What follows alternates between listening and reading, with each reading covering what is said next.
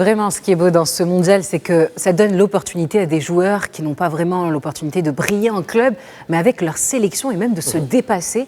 Et d'ailleurs, moi, il y a un joueur, on en avait parlé en début de cette compétition, c'est Vozinha, le gardien de but du Cap-Vert. Est-ce que vous l'avez bien prononcé comme Mélanie? Vozinha. Vozinha, voilà, exactement. J'essaye de prononcer comme Mélanie.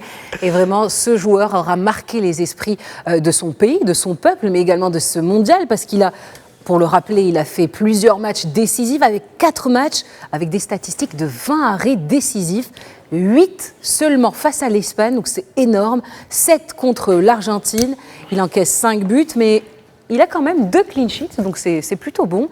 Et enfin, pour le rappel, il a remporté le prix d'homme du match lors de sa rencontre, lors de son match face à l'Espagne, un match où le Cap-Vert avait tenu en échec La Roja. Et où il a pris plus de 20 millions d'abonnés. 20 millions d'abonnés, et là où il a connu la notoriété mondiale est lancé pour ce gardien de but qui est quand même âgé, qui a bientôt 40 ans, si je me trompe pas. C'est ça, absolument. Et bien sûr, mon deuxième joueur préféré, ma révélation de ce tournoi, c'est Johan Manzambi, le milieu de terrain de Fribourg, le Suisse, le jeune joueur de 20 ans qui a réalisé un tournoi exceptionnel, 4 matchs, 3 buts à Ness et 2 passes décisives. Je ne sais pas si vous en rappelez, il a marqué un but incroyable face au Canada.